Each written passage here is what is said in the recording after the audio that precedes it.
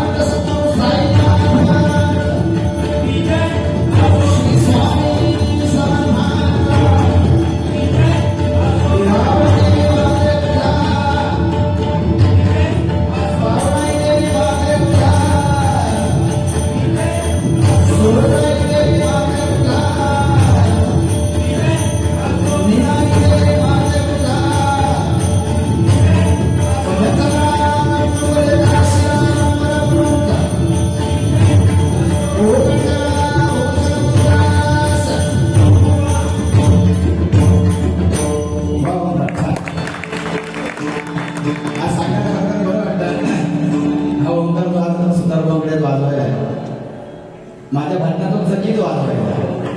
सुरुवातीला सगळी वाजवून तो माझ्या भांडणातून आज या आमच्या कोकणाचा एक चांगला वादन झालाय. पहिली बारी माझ्याकडनं सुरुवात झाली. सुरुवात माझ्याकडनं झाली बारी पहिल्या बारीपासून. म्हणजे नाही नसतात जसाचा विनोद सुद्धा विनोद पांडवकर आज नाव आहे त्याचं. तो सुद्धा सगळी वाजवायचा माझ्या भांडणात. हळूहळू एक चान्स देऊन तो सिंगल बारी करून डबल बारी वाजवायला लागला. नाही हे असं काही घडलं पाहिजे आपल्याकडून सुद्धा नाही का. अजून अतिशय सुंदर चांगलं वातावरण आहे. मग सर्वांचे साथ आहे नाही का. आणि अशा या वातावरणामध्ये त्यांना खूप बरं वाटतं मजा येते नाही का. गोवानी सुद्धा अतिशय सुंदर भजन केले आणि त्याचं नाव आहे त्या भजनामध्ये. आमचा तेवढे कार्यक्रम नाही हो गोवांसारखे नेहमी कार्यक्रम नाही बघा. म्हणजे माझ्या तो सुरुवातीला केस आहे ना गोवाचे केस किती सुंदर आहे त्याची बघा. त्याच्या चेहऱ्याला बघा काय तुमका वाटतं. म्हणजे बाकी सगळा माझा प्रॉब्लेम नाही त्याचा. बाकी दाढी ही दाढी हवी ठेवायला बघा फक्त हवी ठेवलं एवढं जाता.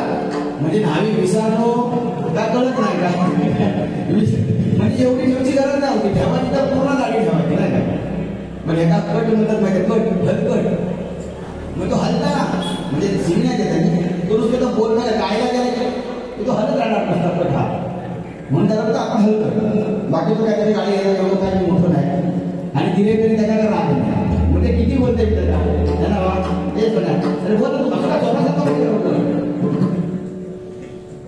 असं ना जोरासारखं राहत असो. अरे काय काय कोणतं काय जास्त घेऊन झालं आजची रात्र नंतर काय पण मी किती बोलते का म्हणजे लहान भावासारखा पण एक शब्द वर माझ्या बोलणार नाही. एवढं बोलतोय मी एवढं बोलतोय पण कधी राग नाही.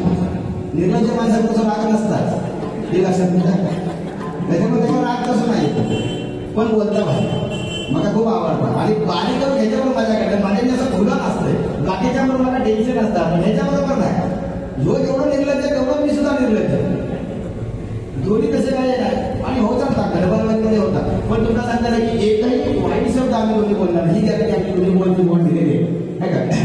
फक्त काय टाळ्या फक्त टाळ्याबरोबर काहीतरी आपला असं दिला तर बरं. आता बघा मला ह्याच बघत चालू का हे लक्षात फक्त ह्याची पण विषय काढला की हे तो सेवक होतो त्याचा पाणी खाता म्हणून फक्त आपलं ते देऊ नको. म्हणजे पैसे बिसे काय नाही दिला तरी हरकत नाही आणि इच्छा असली तरी काय दिला तरी काय प्रॉब्लेम नाही दिला का.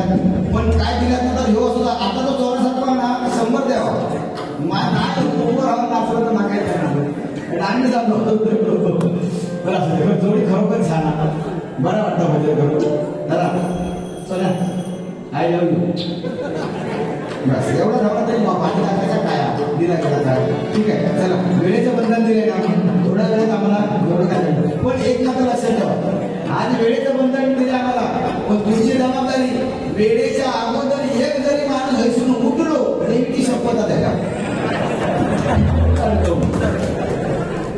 आमच्या बंधन घातलं ना तुमका पण ह्याच बंधना रोज झोपातना घरात जाऊ मी सांगतो तुमचा झोप द्यायची नाही आई लक्षात ठेवा माणूस शब्द आता जाऊचाच राहतो अडकवून ठेवलं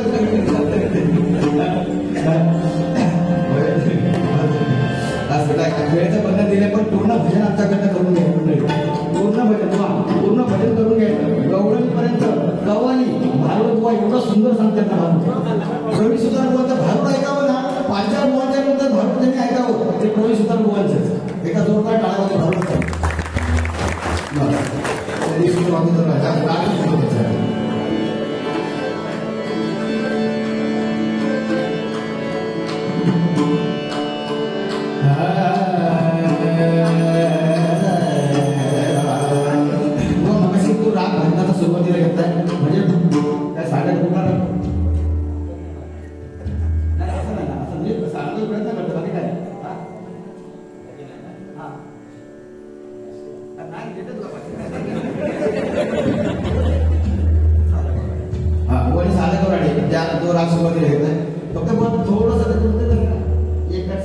ती माझी सुरुवातीला जो तुम्ही हा टाकता ना रागचा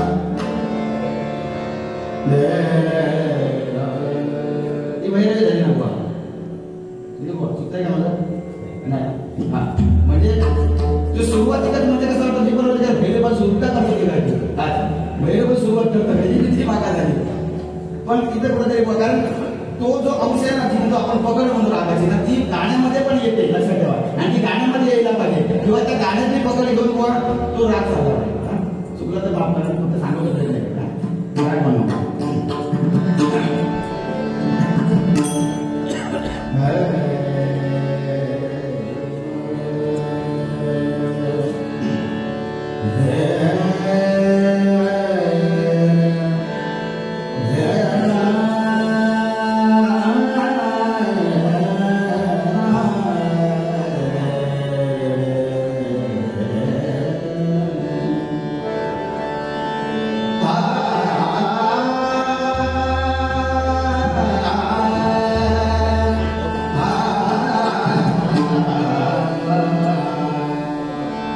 Ah